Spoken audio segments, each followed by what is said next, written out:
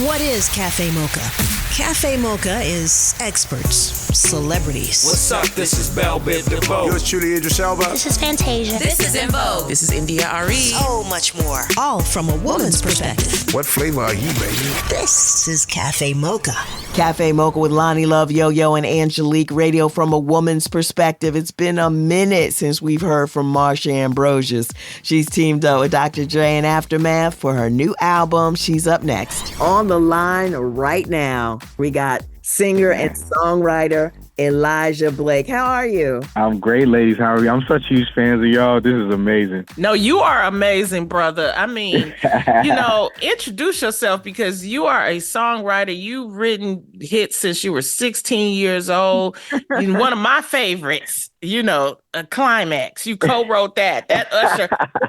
Yo-Yo is losing it right now. Thank you, Yo-Yo. Thank you, Lonnie. This is amazing, man. I'm sorry. I'm kind of fanning out a little bit. I'm back falling in love with this music thing, man. And it was a point when I wanted to quit after the pandemic. I lost my grandmother.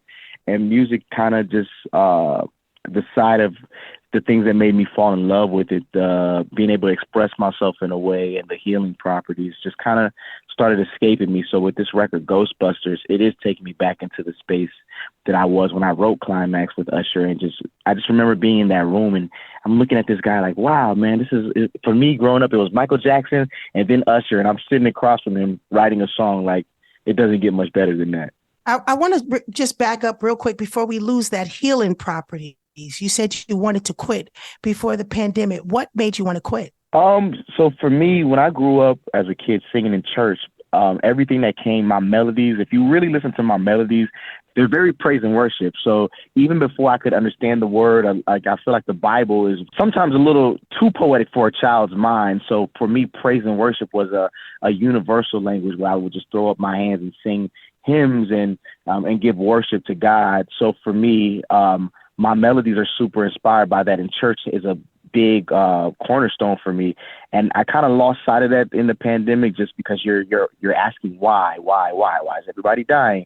Why is with the protests? And then I lost my grandmother, and I never really dealt with a close death like that. And then also with the music and streaming, it just wasn't really making sense. I'm just like, okay, so you guys listen to a song of mine and then like I get 0.00003 cents. Like, so then therefore if I get 1 million streams, I made $5 or something insane like that. It just kind of, a lot of things weren't making sense for me in terms of the art. And it was just kind of like my cup was running low. And I just had to really find my love back for music, to be honest with you. A lot of my heroes that I worked with them, they kind of let me down. I kind of didn't want to meet my heroes anymore because you hear these people one way, they inspire you one way, and you meet them and you're just like, oh, maybe they're not good people. And that's a harsh reality to kind of come to terms with, You're young, baby. Let's talk about how you grew up and where you grew up, and Yeah, so I'm from Florida, but my parents are. My mother is of Dominican and Haitian background, and my father's Haitian. So growing up in a Caribbean household, I'm still traditional in a lot of ways. Like I don't, you know what I mean? Like I do believe in like monogamy. I be in studio sessions like talking about love, and everybody's like, yeah, open relationships. I'm like, yeah, that's never gonna fly in my household. But and I'm coming to terms with, I'm like, damn, like I think because of how I was raised, like the type of love that I am familiar or accustomed to, it might not exist in today's day and age. And so I just write from that perspective for the people who believe in love in the way I do. But I've accepted that I have an old soul. Nothing is wrong with that. I think we need that to come back. As an artist, Elijah, I think that it's up to us to use our platforms to believe in what we believe in. What is the future for you? Are we going to have an album or what? The album comes out end of June. This is the first time I'm saying it. The album will come out this summer. And yeah, I'm just excited to finally be the artist that inspired me to do music. And I've been through certain record deals where I felt like I've been put in a box, and I just think as Black artists, we're not, with a lot of stereotypes, especially as a Black male. As soon as we try to experiment, they're like, oh, something's wrong with you. You're weird. You're gay. You're all these things. Mm-hmm. But it's just like, no, some of us just want to exist. Some of us just want to experiment. Like I said, my favorite artist is Prince. So I kind of want to create a disruption again in the way that I feel like I just look at him and his attitude and just how he inspired me to be creative and try certain hairstyles and just dancing videos, and just him, Michael, Jimi Hendrix, Lenny Kravitz are the artists that created who I am as a person. So I just want to be that artist for somebody else. It's so true to who I am that I just wanted them to finally get me, like no big major record label behind me, no political thing, just literally just me and my stories and my truth and my honesty, my shame, my pain for this project. And I produced a lot of the songs on here as well, and wrote or co-wrote every song on the project. So that's what you're getting. You're getting literally me, bare bones. You know, when I first heard you, I immediately thought of Marvin Gaye, and just the sound of Alone just made me think of Marvin Gaye. It was an old song. I could feel the soul in the song. I mean, do you get that a lot? And if you do, how do you take that? That's the highest compliment, because I ride around and I listen to, when people say, "Who you listen to now?" It's not an insult. No one makes me feel like how Marvin made me feel or Donny Hathaway made me feel. So I'm afraid of losing that integrity in my music. So I don't listen to nothing. People probably think like, you got such an old soul, but that's what you said is the highest compliment, because that's what I work out to. That's what I listen to, and that's what I want to be and represent. Definitely. How can we keep up with you, Elijah? So it's all across the board. It's Sir Elijah Blake, SirElijahBlake. I love it. Thank you so much. We cannot wait for the album. Thank you guys so much. And I just want to thank you guys so much for extending your platform to me, because like I said, like this is my first time without a Def Jam or a big label behind me, but it's important that these platforms, we don't have many as Black artists to even say, you know, my album is coming out. I feel like my favorite artists like Genuine or Aaliyah had 106 in Park, or they had like The Basement or Cedar's World, and we just don't have that access as Black artists to compete. Can you sing us a little something? I'm a church boy and I just woke up, but here we go. I got to sing you guys a gospel song because we talk about God a lot. Okay. Let's go. All right. Here we go. I've had some good days. I've had some hills to climb. I've had some weary days and some sleepless nights. But when I look around and I think things over, all of my good days, yes, Lord, I'll weigh my bad days, and I won't complain. That's the kind of girl I need down with my team. Standing in solidarity from a woman's perspective. It's Cafe Mocha. It's Cafe Mocha on the line. She has emerged as the songstress in the duo Floetry, the Britain-born singer, songwriter. She's our friend. It's been a long time since she's been on Cafe Mocha. She finally found a time to come and talk to us. Don't do me like that. You know I miss you guys. And I would be there every day if I could. It's Marsha Ambrosius. She has a new single out called One Night Stand, and she has a new album that is... I can't wait for this. So first of all, welcome, Marsha. We missed you. What you been doing? Thank you. I miss you too, my sister friends. How have we been? We've been good. How you been? You've been working, huh? Okay. I've been working. I've been surviving. I've been mothering, wifing. There's a lot of things. You know, we've all been doing our thing. But yes, I'm glad to be joining you guys today. Your last album was released in 2018. I mean, how has life been without making music? You know, I know you've given your time to be with home with family, your kids. I see you on Instagram. I see you putting out your tweets and getting your algorithm up. I mean, you know, talk a little bit about walking into the new and having so much history behind you. You know what? It's been a tumultuous couple of years. So yes, since the last album, the Nyla album, which I really did, in hindsight, it was a very personal thing for me. I just wanted to make music that made me feel good and was my self-healing. And if it happened to reach anyone that did the same, then I think that's all we can really ask of music, you know? So by 2018, 2019, I was still touring up until that summer. And then summer of 2019 kind of settled down for a little bit. And by the end of that year, I ran into an insane health scare that almost took my life. And I made it through, thank Jesus. Yes. But by the time I was in recovery, March of 2020, the pandemic happened. So it gave me even more time to heal. I mean, I was begging for a way out at that point. It was a very dark time in my life, and I was trying to be creative and trying to find something to hold on to, but it was so very dark. And by the time the pandemic happened, it was almost like a gift, because it forced me to have to heal. It forced me to get that therapy, get that physical therapy, and really get back to being myself again. So by ways of a conversation with my mother, she told me to reach out to some industry friends, and Dr. Dre was one of those in particular. And I'd hit him up by the end of 2020, and he was ready to get back to work. And I was doing some projects with him that were coming up. And the end of 2020 into 2021, I think we all got the alert on the phone that, you know, Dr. Dre suffers a brain aneurysm. And it was just like, what is happening? And I panicked and I made some calls. Apparently he was in recovery. He hit me about 2 days after it hit the news and just said, you know what? I just want to keep you inspired. I'm going to get you out here to LA and just, you know, see what's what. So we started working the beginning of 2021, and Casablanco, the album, happened by ways of us rehabilitating and reconnecting through music. So it's kind of been a snowball effect of all of these crazy things that were happening in real time, in real life.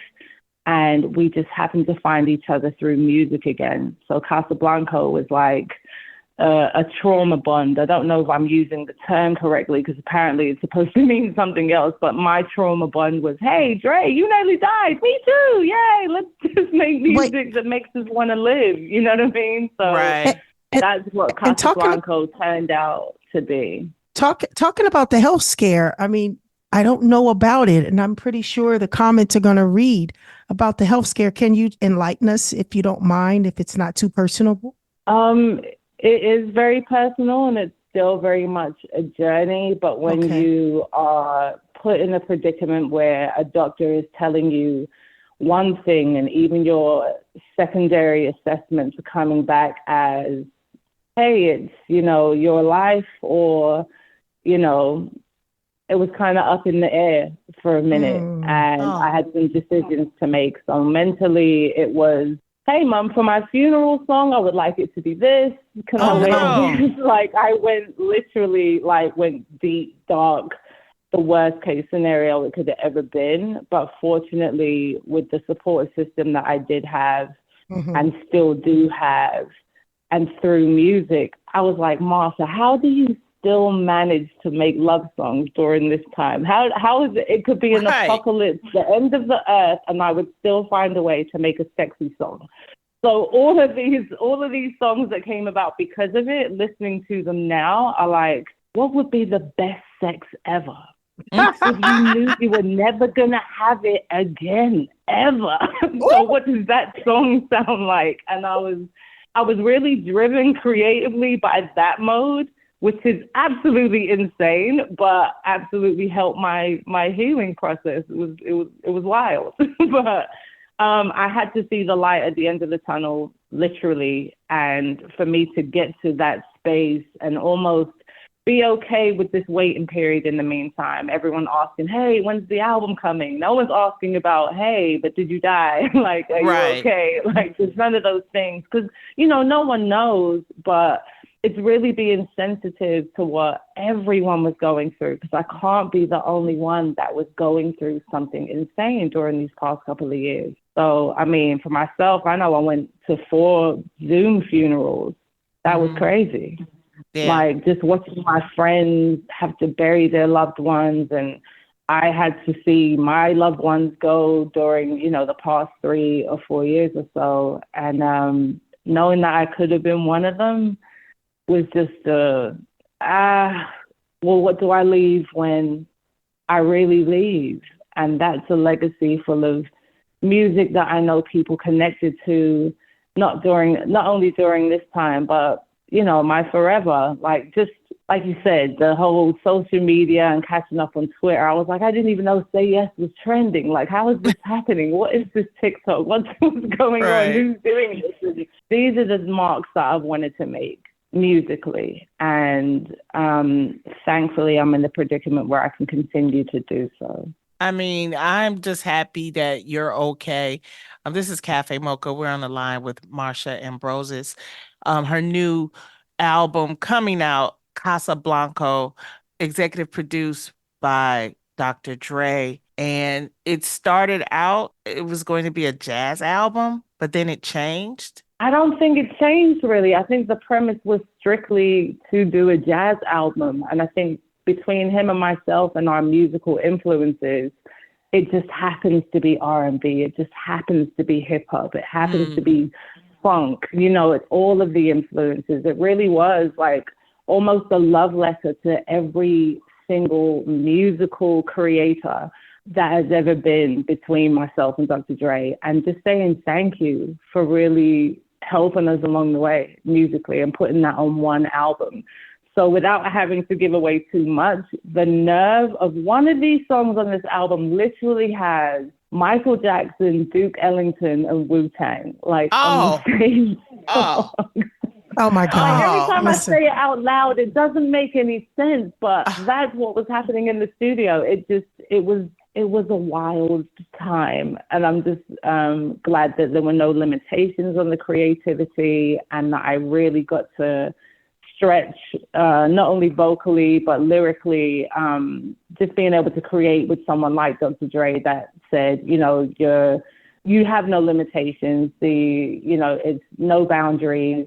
What does that even sound like? And if it was a 27-piece orchestra we needed, that's exactly what we did. It was horn players. I had a great trio. I had Chris, and Jay, and I was conducting them and putting all of these arrangements together. And I really, really, really got to enjoy creating again. And this album really saved me. You really put the sex in sexy. Really. I mean, I saw you on Instagram. That made me feel a little warm and fuzzy. And to see you bring it to life. I mean, I saw a Instagram post on you where you were singing, doing some interview, and the way you got into that song. And then when I listened to One Night Stand, I said, you better. I said, okay. Made me feel a little warm inside. And that's what music's supposed to do. I think with Say Yes, it was such I don't know, it was vital that I got that time in my life right. And I knew with Andre Harris, who was the producer of Say Yes, and he'd done my favorite songs on Jill Scott's first record, and it was Long Walk and The Way. And I was like, Trey, I know it's you. We can do something crazy. So that week, we may have done Butterflies and Say Yes within a 4-day period. So the magic was already in the room. So by the time the middle of that night came and these chords started to play, there was nothing else to do but say, I've been watching you for a while. You're smiling style. Want to know if I can be with you for the night. All right. And it was just all you got to do is say yes. And time only told that would then be a classic. We're 24 years later after that moment, But that speaks years ago. But that speaks to good music. Crazy. This also speaks to the fact that Marsha musically knows what she's doing. And when we talk about the importance of singers, songwriters, this is why you feel the way you feel. This is why a song can last, Say Yes will last for 100 more years, 200 more. It's a classic. When you hear every woman wants to sing a love song, every woman wants to, sing to their man. How does your husband feel when you sing these beautiful love songs? I mean, is he as excited excited as we are when you sing them? Absolutely. And you know what's crazy? I mean, even when we first started dating and when we first met, like a lot of my sex songs already existed. So he's just looking at me like, who was you talking about? That's not who was I talking about, but because it wasn't about him. And I was like, babe, I was at a time in my life where I'm on tour. I didn't even have time to do all the things that I wanted to do. I think I projected the type of love that I wanted. So by the time we met, I could really enjoy So Good and 69 and Say Yes and Oh My God, I Miss You and all of these love songs I'd ever written that I really wanted for me at that time. So even creating new songs now for Casablanco, he was like, babe, you have to take me out the equation and act like we never met. And it's that same person that was writing from that same place, wanting that same type of love. So sing to that. Sing to the type of love that you always want and that you've always wanted. So it's still romantic. You know, it's still a chase. I'm a Leo, so I need that. I'm a Leo. So I'm a right. Leo. Here we go. August the See? 4th. August You the know 4th. what it is. August Do you know Here what we that go. is? These two. Here's the $1 billion question, Lonnie. Hush your face. Hush your face, Lonnie. Close your eyes. Don't do that. Lonnie, close your eyes. I know what you're about to ask Lonnie, her. close your eyes. Oh, my Dad, come goodness. on. I'm sorry, Marsha. I'm sorry. Marsha. It's okay. Here You're we go. apologizing. Marsha. Yes. I love you so much. Oh, here we I go. really do appreciate you. And Cafe Mocha listeners, You don't have to do it, Marsha. we are so dedicated to you. Can you please sing just a little bit for us, something sexy for our listeners? Please. Okay, so on my mind, only because you said one night stand and that, it's this first verse that just sets up the mood. I get this feeling as I'm looking at the ceiling. It's early in the morning, yeah. Still we heavy breathing, yeah. Don't we go a couple rounds, a couple naps in between, and we back at it for a couple hours. I called you an Uber, and it came and went. I'm probably gonna be fine for that, but it was worth it, baby. 'Cause baby, you too fine for that. You fine as There we go, Marsha Ambrosius. Yes. You okay now, Yo-Yo? You got what you wanted? One Night Stand, I've listened to it, Marsha. I've listened to it. I cannot wait for Casablanco to come out. I am so excited to see you. I love seeing you on social media. I love hearing your stories and your testimony. I'm such a lover of music. I'm such a lover of love. You make it so transparent. Cafe Mocha listeners love you. We are so excited about this new album. Just for a personal note to anyone out there truly going through things that you're not ready to disclose in its entirety, you're not alone. Music has been my healer. Whatever that playlist is for you, get to it. It will help. It helped me, and I hope it helps you too. Wise words. Thank you so much, Marsha, for your time. We will look out for your album, Casablanco. I can't. I'm still over here rocking like I'm in church, girl. Marsha Ambrosius, the new album is Casablanco. It's coming out next Friday. You're listening to Cafe Mocha. We're at Cafe Mocha Radio. Socially savvy on Facebook, Instagram, and Twitter. Serving up more Cafe Mocha on the way.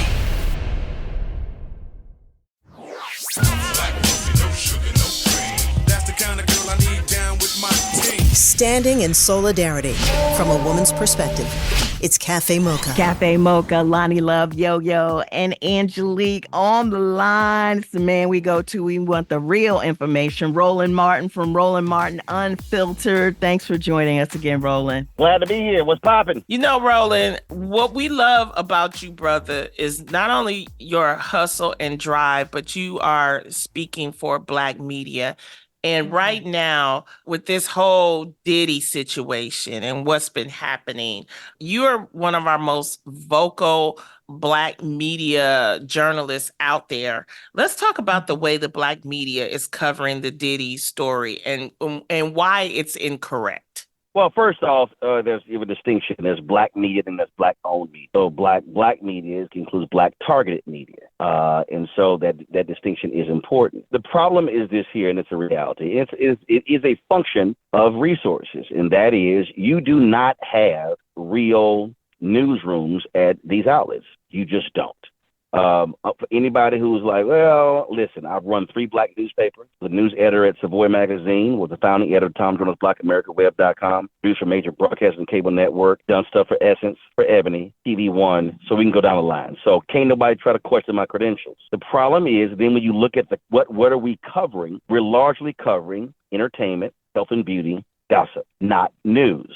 So to cover a story about what's happening with Diddy, that requires a certain skill set. You're not seeing that. So when I criticize the quote story that Essence did, it was a rewrite. They basically was watching television like everybody else, rewrote material from Fox 11 in LA, from CNBC, slapped the byline on it and called it a story. Well, there were some basic journalism fails in that the person who's reporting it didn't report anything. They didn't pick the phone up to call anybody. Did they reach out to Diddy and his people and his lawyers for comment? Nope. But they included a quote from the lawyer for Cassie that was given to CNBC. That's a basic journalism fail. Same thing when the Black Enterprise reported on that Revolt had been sold based upon a story through TMZ. This is supposed to be the Bible of Black business. They didn't call nobody. And then people say, well, I get resources. I'm talking to you on a phone right now. This is the same phone that I would call somebody. So it's not a question always of resources. It's literally a level of laziness when it comes to what you put out. So what then happens? You write a story, slap your byline on it, and you put the stamp of a Black-owned media outlet. And so the person reading goes, oh, well, I read that in Black Enterprise, at Essence, in the source, in this and this.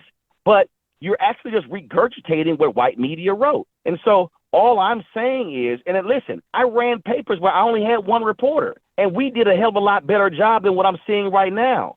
And so even with the resources of these outlets right now, I do a better job. And hell, my team is smaller than all of theirs. It's because we're establishing what standards, and we're not just simply just pushing content out. And it's important because the audience they are trusting us, and we are the ones who are like, no, white media wrote that. Here's what the actual truth is. But if all we're doing is rewriting what they wrote, well, hell, we might as well just go read them. And so I want folk to understand that we must respect the audience, respect them, whether they are reading digital, whether they're listening on radio, and it must be fact-based. And even when you look at all these different salacious stories, here's the reality. Has Diddy been charged? Nope. Has Diddy been indicted? Nope. What do we have? We have a set of allegations. None of them have been proven. There's an investigation going on. People like, man, but you got to take sides. No, I don't. I take one side. That is the truth. So the question is, what's the truth? I'm also willing to wait for investigations to actually happen. I saw one story. Speculation, if the moment somebody writes speculation, they should be warned, if you do it again, you're fired. Speculation is not a fact. What about unknown sources? Well, first of all, let me tell you how the source game works. First and foremost, when you are a reporter and you have a source, what typically happens is you have cultivated a relationship, and your editor is then going to say, a lot of times they'll ask you who's your source, and then if you don't want to give up your source, again, some places require it, then you had better make a serious case as to why you are providing unnamed sources. Typically in media, you require 2 sources. So for instance, when I saw the Revolt story, the reason I knew the story was completely wrong because I had 4 sources intimately involved in this. I know the level of my sources. This ain't somebody in association with who kind of heard. No, that ain't what it is. And so that's what credibility comes in. And so I'll give you an example. Again, when Essence quoted, they quoted CNBC. A source told CNBC. Well, I would never put that in my publication because 1, I don't know who their source is. 2, we rely on multiple sources. And it's very rare. It's extremely rare in media if you go with one source. When I broke the Michael Irvin drug story, when he got busted in the hotel room with Alfredo Roberts, Angela Beck, and Jasmine Natwango, I broke that story. That was a single source story. But guess what? You know my source was? A police officer. You know what the police officer did?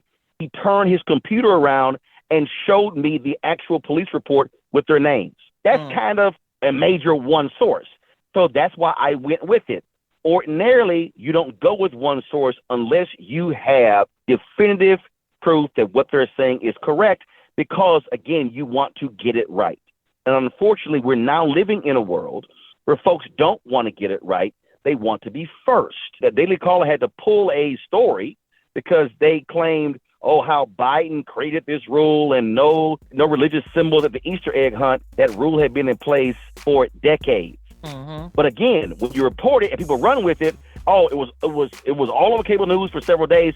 And that's why we have to be very careful. That's why when I say respect the mic, respect the platform, because you have to respect your audience. And I would rather be late with the story wrong. Catch Roland Martin Unfiltered nightly at 6 p.m. Eastern. The easiest way to watch it is on YouTube. This is Cafe Mocha.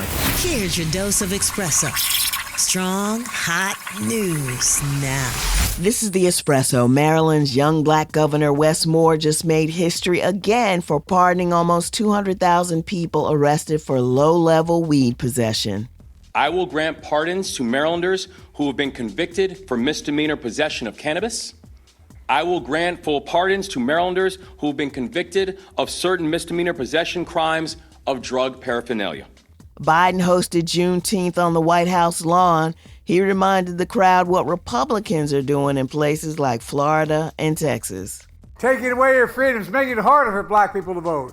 If you can believe it, banning books about black experiences in America, trying to erase and rewrite history. Folks, black history is American history. Diddy's longtime girlfriend, Kim Porter's father, said he never saw domestic violence between his daughter and Puffy. But that video of him beating up Cassie now makes him wonder. Oh, and Diddy had to return the key to the city to New York Mayor Eric Adams. Diddy finally has the key to the city! Well, not anymore. That's the Espresso.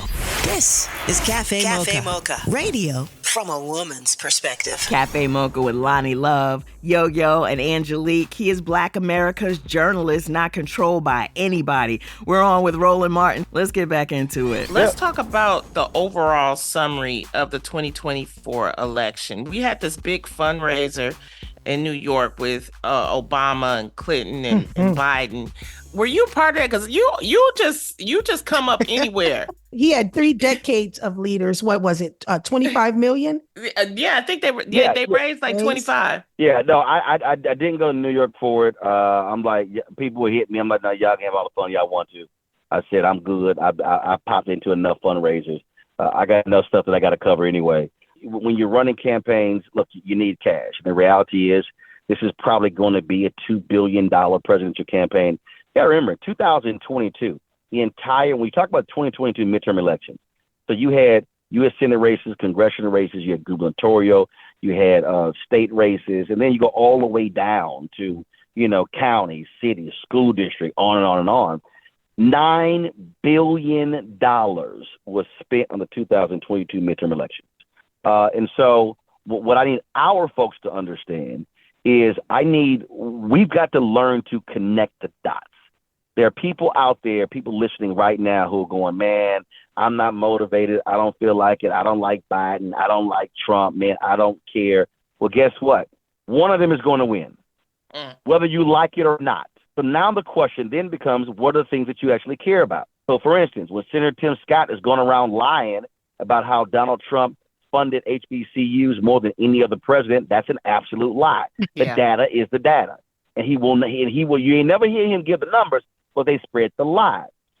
So the problem with housing is we have a lack of housing because we did not build the number of units. We built normally between 9 and 12 million new units every decade.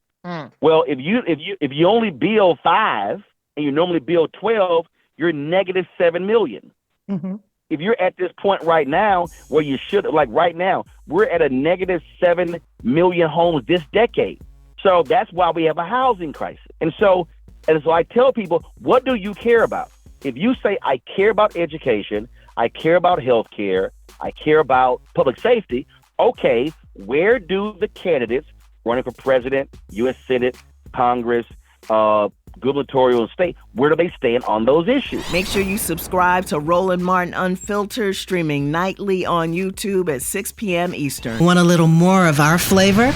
Stay right there. It's Cafe Mocha. Cafe Mocha with comedian and Emmy Award-winning talk show host Lonnie Love, rap legend Yo-Yo, and me, Angelique. He is Black America's journalist, not controlled by a network or sponsors. We're on with Roland Martin. Let's get back to the discussion, Roland. And here's what's crazy. If you look at Texas alone, there are 2.9 million eligible Black voters alone.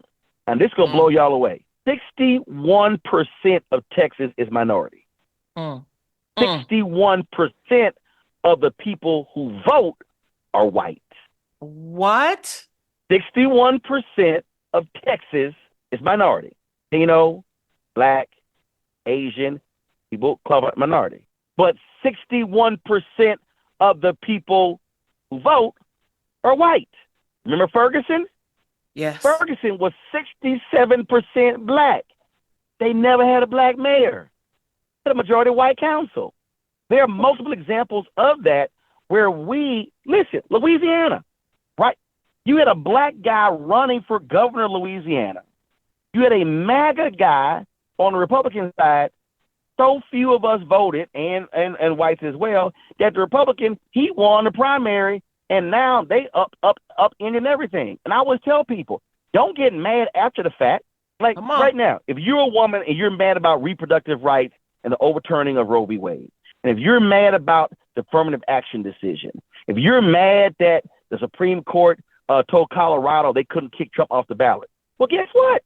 What you do in 2016? If you were mad at Hillary in 2016 and you didn't vote, well, guess what? That's how Trump won. Trump appointed 3 Supreme Court justices. We got to connect the dots. See, people need to understand that, okay, who appoints federal judges? President. Who approves federal judges? Senate. So if you don't vote for the presidential race and the Senate race, then guess what? You don't have any impact on who gets named federal judges. And those federal judges get to rule on all sorts of stuff. See, it's all connected. People have got to get smart about politics and not sit out. If Black people, if we voted at 70% of our capacity, what I mean by that is, if 70% of eligible Black voters in every city voted, we can sweep elections because we know how Latinos are going to vote, how whites are going to vote. We know what the turnout is. It's all about turnout. So when we purposely sit at home because we pissed off about something, or, man, I ain't seen nothing change. Well, it's guaranteed not to change if you sit out. If we actually set our target at hitting 70% capacity, we could literally sweep races in North Carolina, sweep races in Georgia, sweep races in South Carolina. The numbers are there. Problem is, we're not fully engaged. We're not fully informed.